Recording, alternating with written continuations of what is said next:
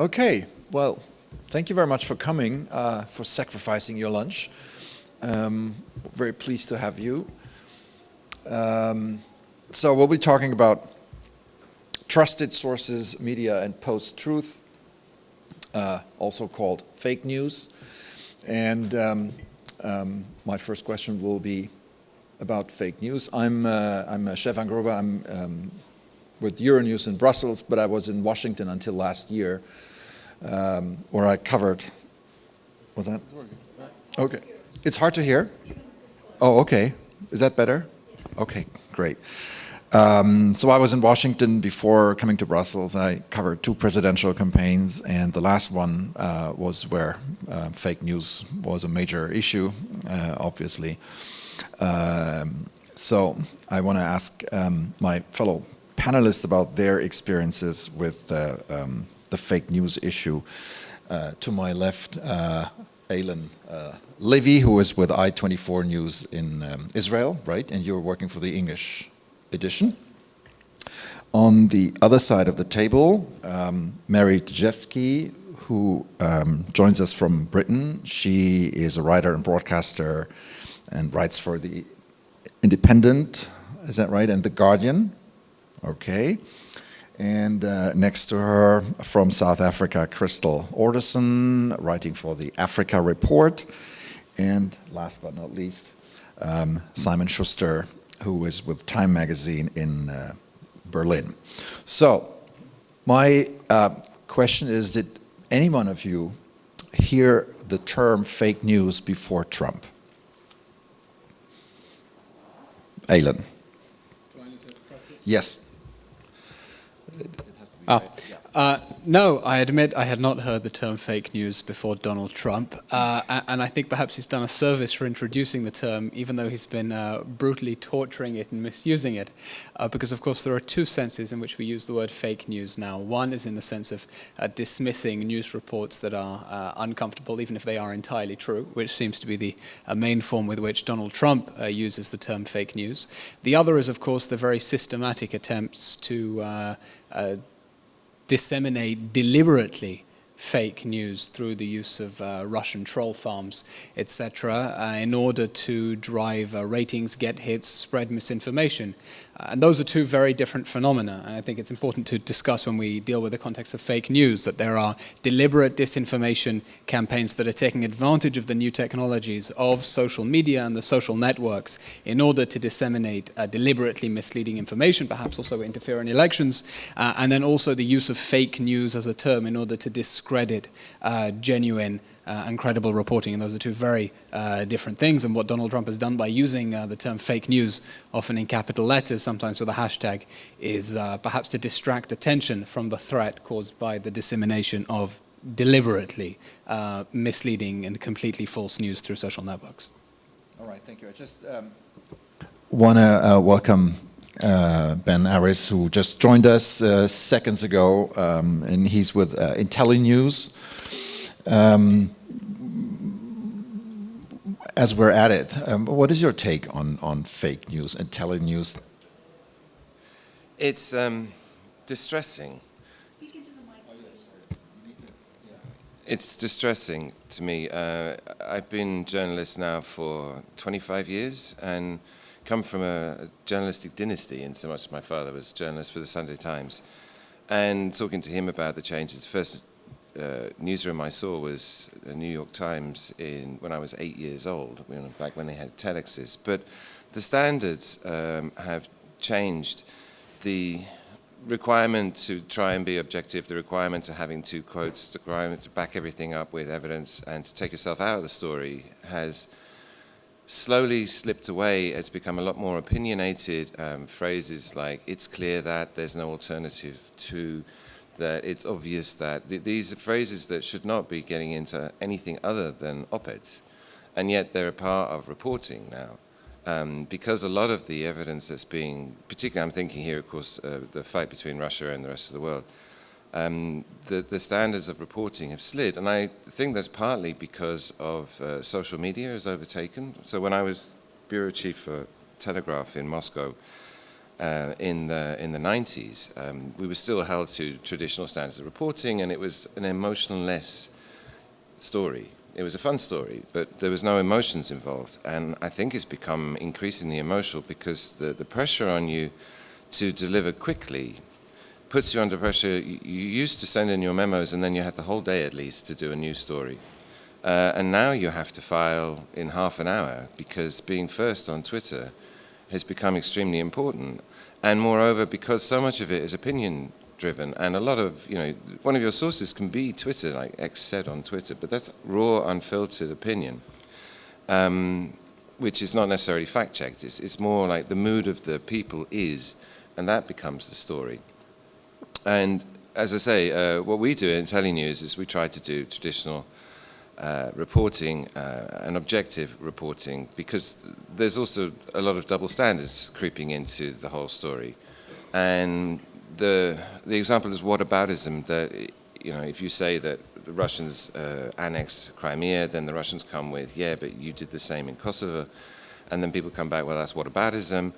And what lies behind that, the logic of it, you can't justify the annexation of Crimea by pointing to Kosovo, what happened there, because it's logically there's no justification for it. That doesn't put you in the right. But what lies behind that is the charge of hypocrisy, is that, all right, you can't equate that. That doesn't excuse Russia from annexing Crimea. But the Russian point is, there's a double standard. We're being judged by different standards. But again, that's disallowed. And so you end up driving down this one road. And the coverage of the Syria war versus the coverage of the Yemen war is vastly different. And it makes it very difficult to be objective, because the public, I think, are being fed narratives increasingly rather than objective reporting, which is a function of the politics. And the other problem is a lot of these stories are being taken over for domestic political agendas and being used as a tool within domestic politics, which has also added another dynamic to the story. Thank you for this first round. We all know that the United States is very divided, but there are other countries in Europe as well. Britain had a very divisive referendum on, okay, scary, on Brexit, and I want to bring in Mary. What have you learned about fake news during the Brexit referendum? It seems to me that both sides were, bringing up arguments that were at least problematic, right? Yes, but I'd just like to answer your first question, sure, right, about whether it was the first time I'd come across fake news. Yes. Because actually it's not, or at least in that form, yes. But after 2014 and the annexation of Crimea in Ukraine, there was an organisation set up which was called Stop Fake. And it was designed to counter what was seen as deliberate disinformation by Russians and pro-Russians in Ukraine. And it was a Western-funded organisation. So I just want to sort of put that gloss on it, because it slightly calls into question the idea that fake news is something that we apply now and is absolutely new, and is sort of addressed exclusively to Russia, because that's where, as it were, I came across it first. And I noticed it because it seemed a very odd word to use. Stop fake didn't, it didn't sound anything either Ukrainian or Russian or even English. I mean, it just sounded odd. So that's what I'd just like to say at the beginning. On Brexit and the Brexit referendum, I would say in general that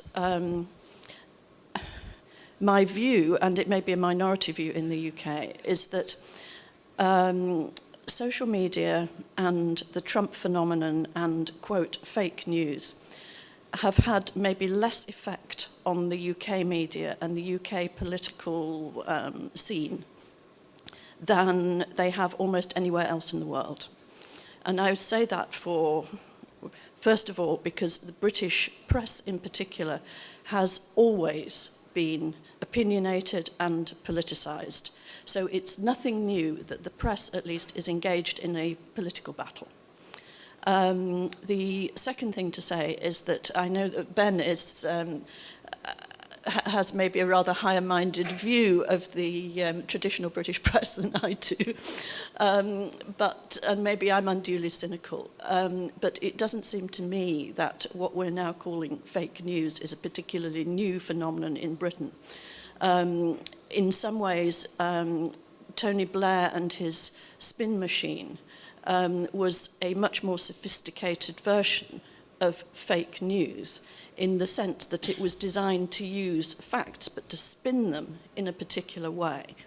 But it had the same effect. I came back to the UK after a stint abroad in 2001, and I was horrified by what seemed to me the total politicisation, the degradation of political language in the UK, where words were being used that didn't mean what I thought they ought to mean if you used them straight. And this was the effect of spin. So I sort of go back to that, and so it doesn't seem to me that it's a particularly new phenomenon. In Brexit, it seemed to me that in the Brexit debate, people were using the traditional tools of politics. I can't get too exercised about Boris Johnson or the Brexiteers putting a slogan on a bus that says 350 million will be saved and can be spent on the NHS. That doesn't bother me. It seems to me that it was up to the media, but it was also up to their opponents. It was up to the Remainers to say, this is complete rubbish, and here are the facts to show that. And then it's up to the public to judge who they believe. So I have to say that I'm maybe slightly less exercised about all this than quite a lot of people around me. Okay, thank you very much. Before we go to South Africa, I want to ask Simon, who's based in Berlin, about the fake news phenomenon. Germany is a country where Trump has positive ratings in the single digits. So there is the German public seems to be a very, very sensitive one when it comes to news coming from America. They've always been very close to America. That seems to be changing. What is your experience with an American working in Germany? Well, specifically on the issue of fake news, yeah, there have been interesting polls done in Germany that show, first of all, Germans are much more informed about the phenomenon of fake news. I'm not a fan of that term. I guess I mean misinformation, so purposely false stories disguised as news, or disguised as news stories. They're aware of the phenomenon. A majority say that they're aware of it, and they know to kind of filter it out as they read through their news feeds on Facebook. And there have been all kinds of debate and panel discussions about why Germany in particular, Germans respond this way when asked by sociologists. But there does seem to have been, on the political side in Germany, an effort to highlight the risk of this. Chancellor Merkel has spoken about it repeatedly. And I think the second factor in Germany is that, specifically with fake news, Germans still have a very rich and trusted media ecosystem that is not as divided as you'd see in America, where you have, Fox News and CNN often presenting very different and disparate pictures of the world. Germany, it's still, the TV is more or less public broadcasters dominate the media scene, and a lot of people read newspapers. A lot of people, still get their news from Der Spiegel and whatever newspaper of choice. And I think that's the contrast to the United States and a lot of other countries, I think including the UK, where traditional media no longer really act as some kind of mediator to show what is the kind of consensus view, right, according to the editors and whatever political mainstream and so on. In the UK and in the US, I think the media has increasingly kind of taken sides certainly in television. Yeah, I think that's contributed a lot to the way that Germans perceive fake news. As for Trump's low ratings, I think maybe his use of the term fake news and his attempts to spread verifiably false information through his press conferences and tweets and so on, it could be a factor of why Germans don't like him very much, according to the polls. But I think it's maybe one of many factors. Yeah, Trump is obsessed with Germany. We've noticed that already. Crystal, tell us about South Africa. The position, the role the media is playing over there. Tell us about the political discourse in general. I've read recently that the number of politicians being killed in South Africa over the past years has reached all-time records. So there is a lot of violence in politics in South Africa. How do the media cover that? Are they part of this process? What is your take?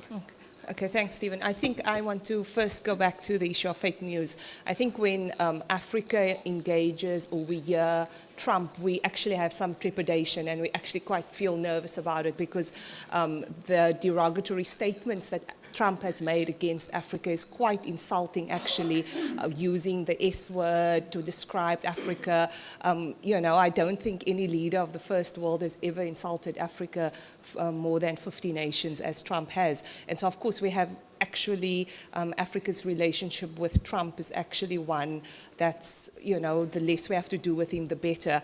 And in South Africa's case in particular, a few weeks ago, he actually tweeted about, white South Africans being killed and land seizures happening. And of course, it was fake news. And it caused major havoc in the country, not only our currency, it was a terrible day for the markets, but just domestically, to invoke such a strong message about land seizures and white people being killed in a country that has a divisive history of apartheid, dislocation, it just really created serious problems. And of course, the government had to completely go on a sort of spin to try and actually put out the truth that this is not happening. And so it's really problematic, just a midnight tweet, thousands of kilometers away and perpetuating negative news. And so on your question on South Africa and political violence, actually some of it, there is political violence, but it's located in a particular geography, and it has to do with, a long history of political violence in a particular province in KwaZulu-Natal. So it's not happening nationally, it's not happening to parliamentarians, it's happening in a very particular province where it has to do with patronage and a long history of political violence. And so that is the context of that, but it's not widespread. So if you might have read it's widespread, it's fake news because it's not. And it's a particular context where it's a vying for resources and political patronage. Okay, thank you very much. I'd like to open it up to questions from the audience. Ms. Wright, please. So I have a question for Ben and then a broader question. You talked about the difference in coverage between Syria and Yemen. And certainly in the United States, I would challenge that. I think that there is the same kind of outrage, the same kind of coverage in looking at both. And then I want to ask a broader question of the panel. And it's, again, something playing off something Ben said about objective journalism. The thing that strikes me is that there is today this gap, a divide between what is objective journalism and what is fact-based journalism. And that even, I'm sure Fox News correspondents think they are reporting facts, and so does MSNBC, which is on the other end, much more so than CNN. And that we haven't really come to grips with what is honest, what is objective, and that I'm not sure we can go back. The New York Times, which has always been the kind of standard in the United States, I think that I've been struck by how the coverage has evolved in a way under the challenges from Trump, and that it tries to take the coverage and his contentions and say, wait a minute, not only is this not true, but maybe your family and your past has flaws as well, that there's something happened that we haven't seen of other presidents or coverage about other presidents. It's just stunning to me. I get in trouble because I actually will quote with the S word about African countries in a piece I write for The New Yorker, and people come back to me and criticize me when I'm quoting the President of the United States. So the challenge is, how do you cover all of this and come away with any sense of integrity? Can I? Yeah, sure. But speak closer into the mic. Yeah. It's really hard to hear with this ventilator system. Sorry. Point taken, I don't follow the American press, so if you're telling me that they're balanced on the two, then I would be happy to hear that. Yeah. But the part of the problem, I think, now is the news cycle has got so fast, and there doesn't seem to be the consequences for, the Brexit example with we're going to pay the money to the national health instead of the EU fees, was an outright lie, in so much as within hours of winning the Brexit decision, you had Farage saying on TV the next morning, like, actually, we're not going to do that. We're not going to take that money and pay it to the EU. And with reporting too, it's like the Red Queen. If you say something 3 times, then it becomes true. And there's all these allegations that come out, and then France said that there was reports that the email hack, and there was emails released into the election shortly before the election that night, and then the head of French intelligence said, no, we investigated this, and it definitely wasn't the Russians. This is the guy responsible for cybersecurity. And yet the accusation that Russia hacked the elections, which may have happened, I don't know, but the sources, the head of cybersecurity, French intelligence, said that it was not the Russians in a definitive statement, and yet it continues to be repeated, this accusation. And the consequences of getting things wrong seem to have gone out the window, and because the volume of lies, I think, the Washington Post has been tracking Trump's lies, and he's gone up now to 7.5 a day. And our job used to be to take those lies, to refute them, and then there should be a scandal. People should resign. But now the volume of lies is so fast that the media moves on to the next one before the last one is dealt with, which means that you can put this mud out there and it sticks because it's not properly refuted. It's not made clear to the public, this is a scandalous thing. This lie's been said, and the guy should resign for it, because your cycle has gone on to the next outrageous thing he said. And it's actually a very clever strategy, because he's defeated the press by keeping it up at such a space. I think eventually he's going to do something that's going to be outright, illegal, and then he'll be taken up on that, and maybe that's what Mueller's doing at the moment. But as a journalist, it means you keep having to come back and refuting previous lies, and it means that it's very difficult to get an objective take because of this noise, constant noise of this stuff that's being put in there, which is not necessarily lies itself. I mean, it might just be twists. I mean, the whole media machine, everyone's become very sophisticated, like Tony Blair, in twisting their facts and presenting their cases and selectively choosing. And our job has always been to step back and to say, all right, what you're saying is true, but put into context, it's not quite like that.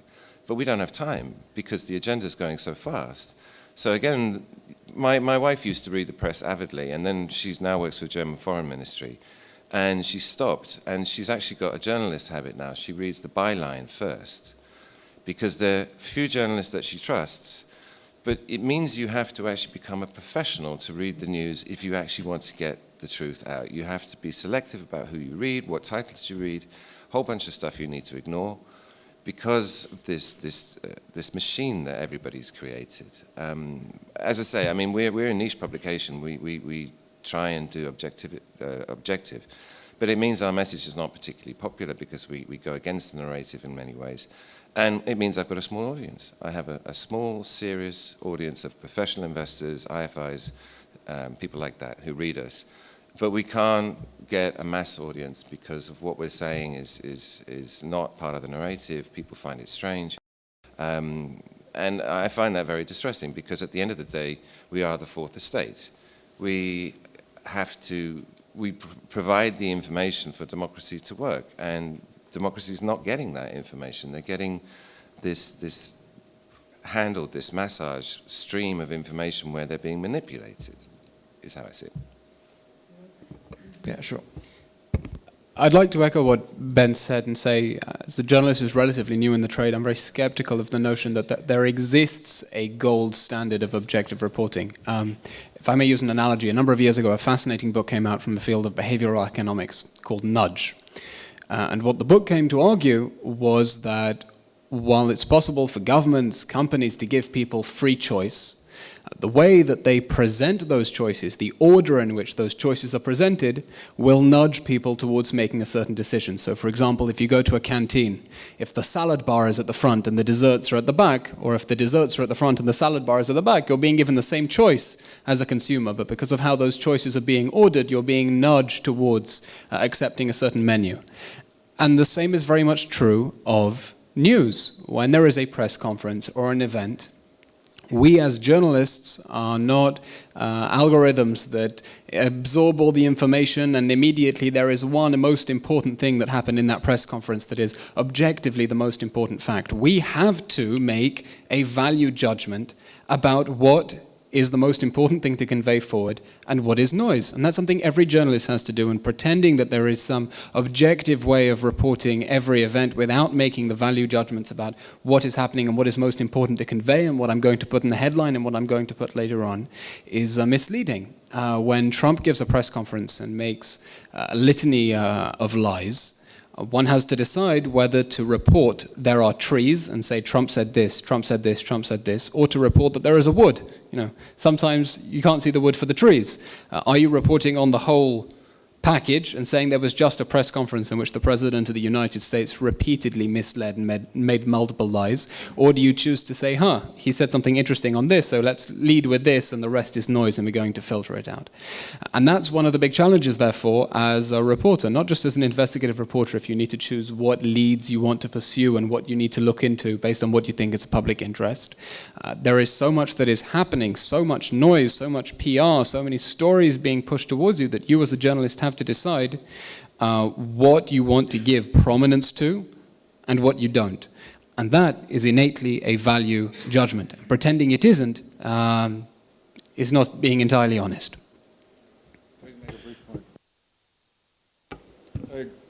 Just, Ms. Wright, to your question of how reporting has evolved in the era of Trump, it may be a boring answer, but my experience has been that the demands, as Ben pointed out, on the reader have increased, but also on the journalists. So whereas I remember 10 years ago when I worked at Reuters, it was enough to have 2 independent sources to say that something is true. Now the demands are higher. I've heard this from colleagues at the New York Times, and my editors at Time Magazine demand more sources. There's different reasons for that. Maybe because you could be accused of, I hate this term, but whatever, fake news if you get something wrong, it's forced all of us to be much more rigorous, I think, and to get. I mean, sometimes you see these stories where it's like 17 sources said, and there you can be pretty damn sure that thing happened or that meeting happened on that date and so on. So that's an evolution that I've seen in our newsroom as this new era has unfolded. Mary, please.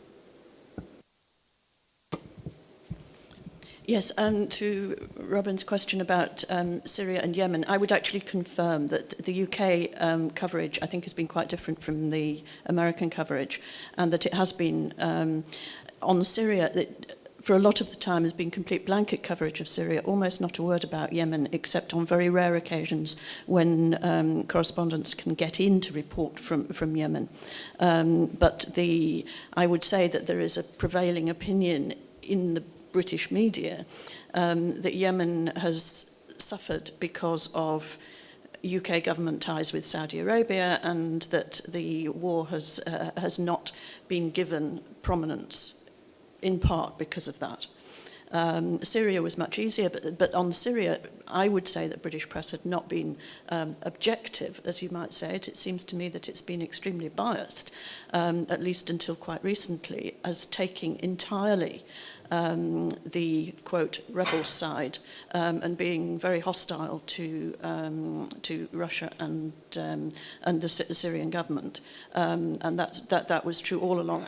I felt the coverage of the Aleppo, siege of eastern Aleppo was particularly biased across the UK press.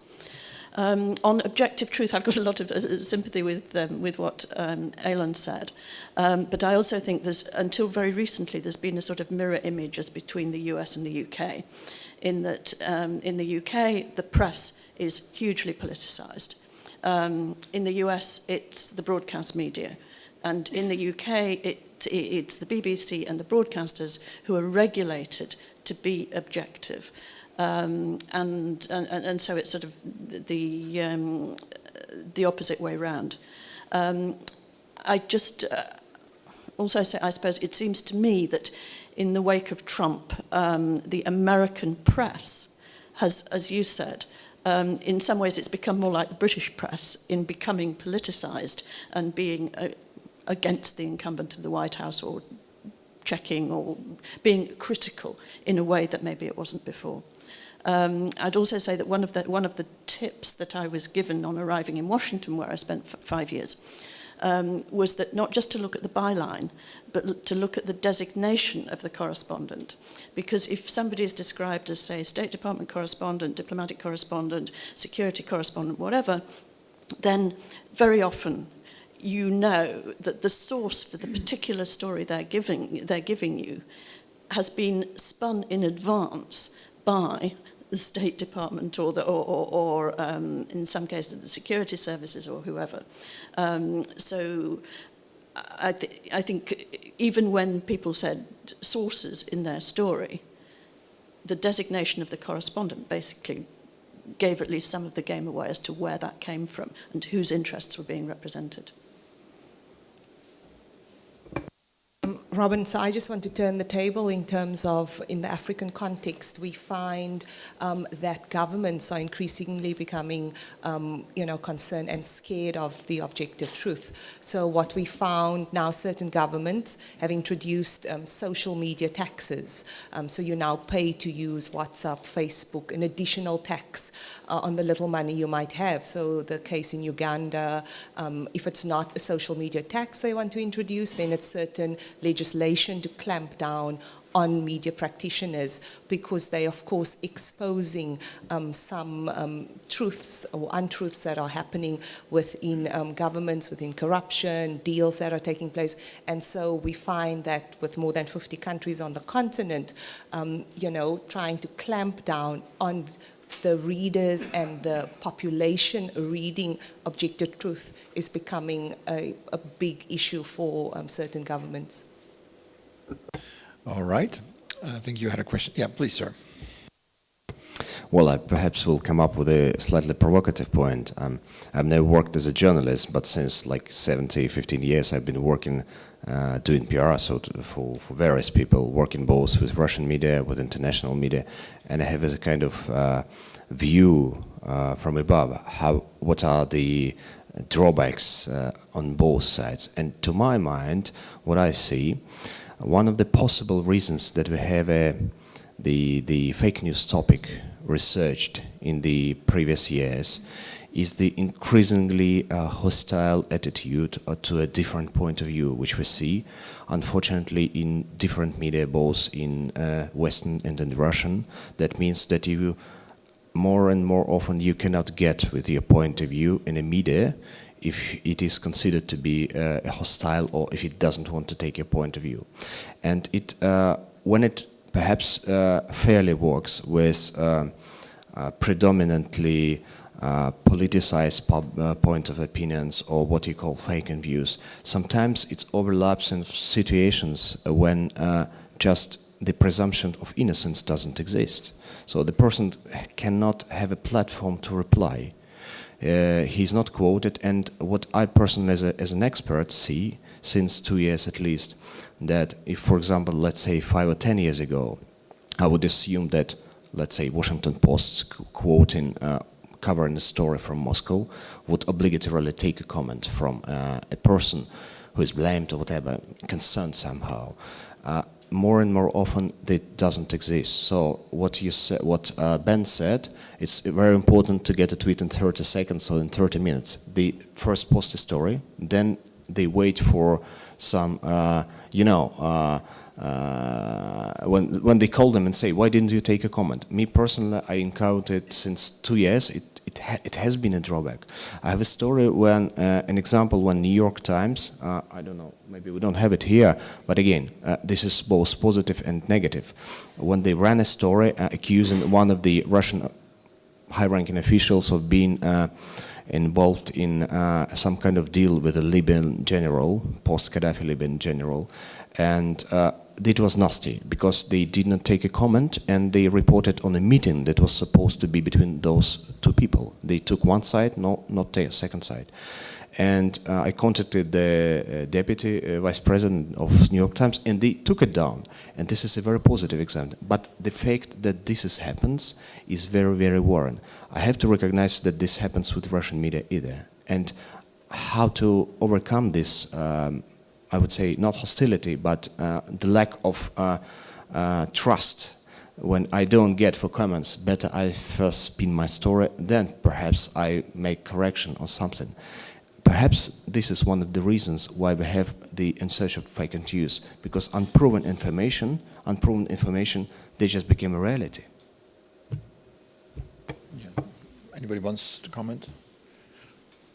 All right, well, I thank you for your contribution. Yeah, please, go ahead. Yeah, so I have a question which is about where the burden of fact-checking lies, I suppose, because because as it becomes more and more of a norm for politicians, whether it's Trump or anyone else, to say things that are simply untrue, are you allowed to report that, or I think you were picking up on this, Elian, for example.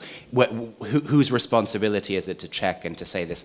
There was an interesting case in the UK very recently in the wake of the Skripal poisoning, when there was a Russian sort of fashion model who basically faked a poisoning in a restaurant in Salisbury, and apparently she was apparently had said when she walked into the restaurant, "I hope the Russians don't poison me," and then during the course of her lunch fell over as if she'd been poisoned. And the Sun ran this enormous story about how again another poisoning in Salisbury by somebody who'd been critical of Putin. This was online for 24 hours, and admittedly in the UK, the people were quite outraged because it quickly became clear it hadn't happened. But were the Sun entitled to run? Their justification was clearly a poisoning in Salisbury is very, very relevant. This is what we've been told, where this is in the public interest, and they ran it. They didn't actually phone through to the hospital check if any of it was true, but and so on. So were they wrong? I think they were, but where is the fact-checking burden? Who wants? I'll take something. Okay. I suppose because I've worked for the British press and occasionally for the American press, and the American preoccupation with fact-checking comes as sort of with a degree of amazement to a British journalist, partly because I think the degree of trust that editors have in their reporters seems to be greater in the UK. Now, justified or not, that seems to be have long been the practice. Also, because as I think several of us have said, opinion in British journalism is more permitted right across the board, including in news. So that's less of a problem. But I would actually say that. I think that the Salisbury fake event, it was already all over the social media, practically immediately. So it was quite difficult to say, for instance, that the Sun shouldn't run it if there hadn't been already a direct denial, either from the police or hospital sources or somebody.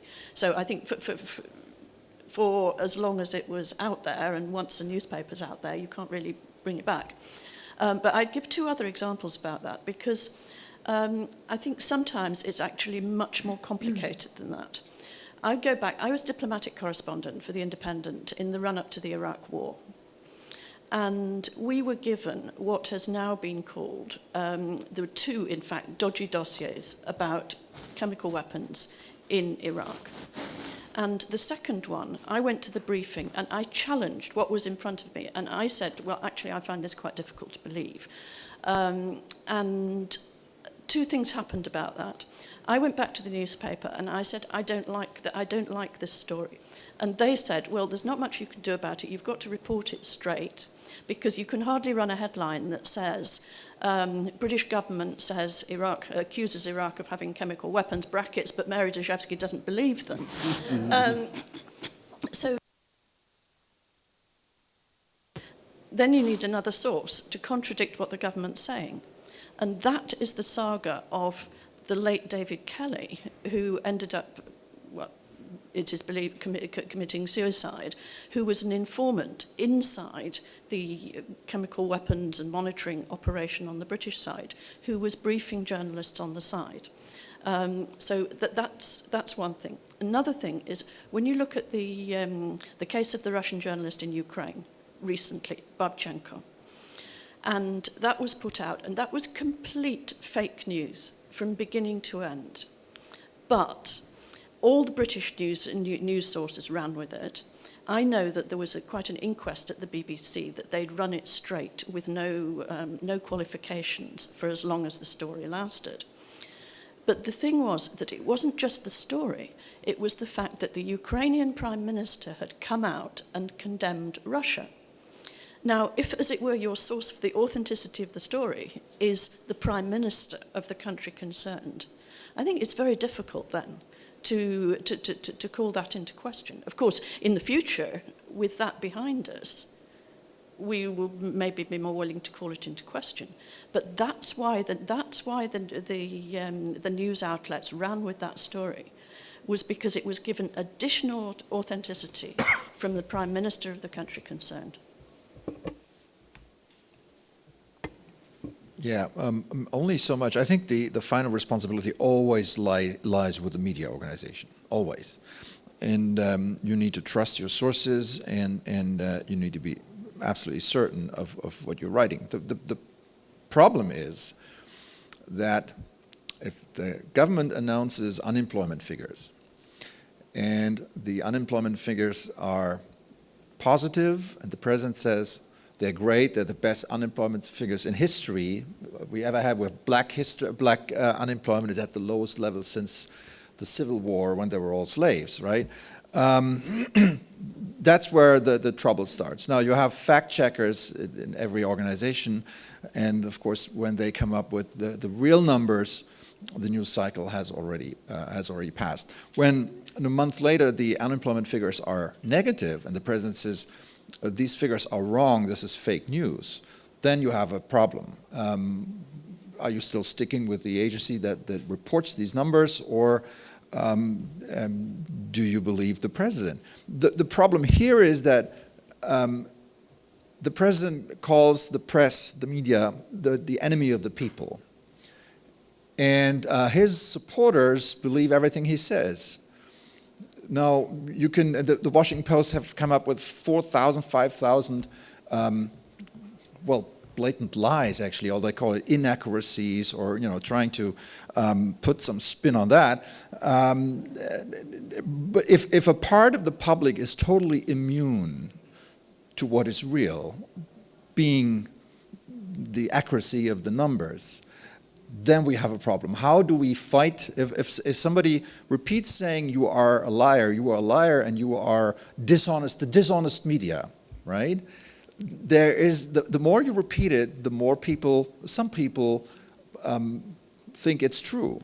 And all of a sudden you have, as you are the enemy of the people, you have the rest of the population against you. And here's the problem, and this is the problem that goes beyond Trump, because Trump one day will be out of the White House. He's in his 70s, right? Sooner or later, who knows? But the harm he did to the free press and the free reporting and the working conditions of media. And we're talking about the United States. It's not, you know, some random country. This is, I think this is worrying.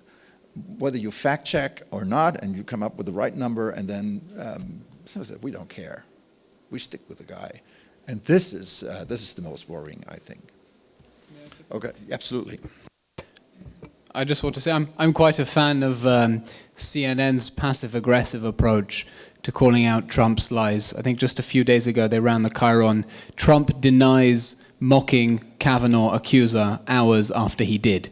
There have been many occasions where they say Trump said he something, something, something, and then in brackets, he didn't, which is quite a nice passive-aggressive way of calling it out. But you're right, there is the challenge. Do you report the president said X, or do you report the president lied about saying X? And sometimes the focus on the specifics, the president said this, the president said that.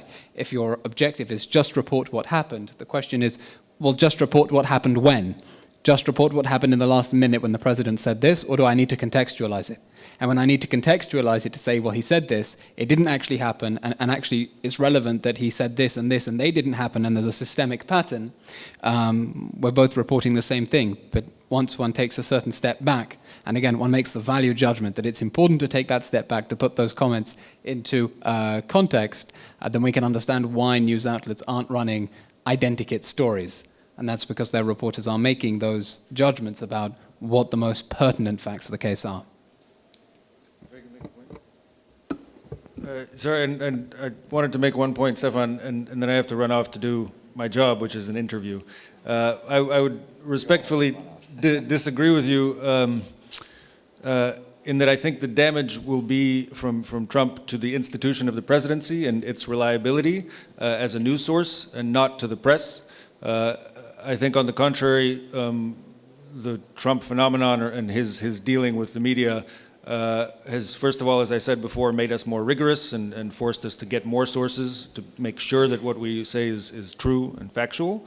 And second, I think it's made a lot of readers value the role that the media plays in parsing the noise from the facts. So I think when we look back on the Trump presidency, whenever it ends, yeah, the damage will be more on the presidency itself. And with that, thank you. I've got to run. Sorry. All right. Well, on that optimistic note, I think, well, we have a few more minutes. So if anybody has one short question. Yeah, sure. Yeah. Sir, over there, please. Thank you very much. Anwar Versi, African Business and the New African Magazines. My question is really for Mary Devjelski. You mentioned about the rather unbalanced reporting on Yemen, Syria, as well as Palestine and Gaza. My question to you is this, that when you ignore something as serious as what's happening in Yemen, is that not taking sides? How does that square in with the regulations? And how do senior journalists like yourself, very highly respected, if I may say so, how do you deal with it? Okay, well, I think I was trying to make the distinction, not in that context, but in others, between coverage by the press and coverage by broadcasters. And I would say that the unbalanced coverage is much more obvious in the press coverage than it is in the broadcast coverage. But I found the broadcast coverage of Syria, by and large, with some exceptions, quite one-sided. But the Yemen coverage is simply not there. But the reason that will be given for it not being there, especially on the broadcaster's side, is that you need the footage. You need to get the people in. And people haven't been able to go in except under huge, very rarely and under great restrictions. So that there is a practical consideration there, as well as whatever gloss might be being put on the conflict. I'd just like to, one footnote to the previous answers, which is that I've often been very critical of social media, but in terms of fact-checking and immediate fact-checking, social media can be absolutely fantastic. You know, people can put out, a news report on any medium, and within seconds you can get people on Twitter or on other social media saying that is actually not true, and here is chapter and verse as to what is true. So although there have been bad effects of social media, I think that's been quite a good one. All right. Well, our time is up here, unfortunately, but thank you all for coming. We had almost an empty room when we started, and now the room is more than full. Thank you to my fellow panelists, and thank you for coming, and enjoy the rest of the forum. Thank you.